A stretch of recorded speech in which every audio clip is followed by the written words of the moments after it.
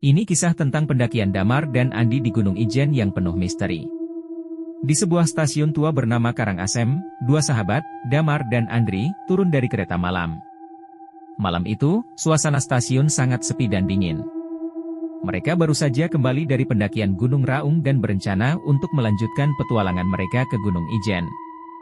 Setelah berbincang singkat dengan petugas stasiun, mereka berhasil menyewa sepeda motor untuk perjalanan ke Gunung Ijen. Mereka menuju kos Andri untuk beristirahat sejenak sebelum melanjutkan perjalanan. Kos itu terlihat sepi, tapi Damar merasa ada sesuatu yang aneh dengan keheningan tersebut. Damar pergi ke tempat mencuci di belakang kos, yang diterangi lampu redup di bawah pohon mangga besar. Saat mencuci pakaiannya yang kotor dan berbau dari pendakian, ia merasakan sesuatu yang aneh. Suasana di sekitar tempat itu terasa dingin dan sunyi. Ketika Damar kembali ke kamar Andri, ia menemukan Andri sudah tertidur. Ia memutuskan untuk mengeksplorasi lantai 2 kos itu sendirian.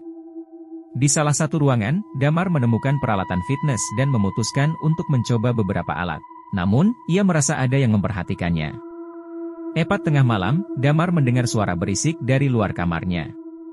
Ia keluar dan melihat bayangan-bayangan hitam berdiri di koridor kos yang sepi. Dengan jantung berdegup kencang, ia kembali ke kamar dan membangunkan Andri. Mereka segera bersiap dan berangkat ke Gunung Ijen. Saat melewati jalan yang gelap dan sepi, mereka berdua merasa ada yang mengikuti mereka. Di tengah jalan, mereka bertemu dengan dua orang yang motornya mogok.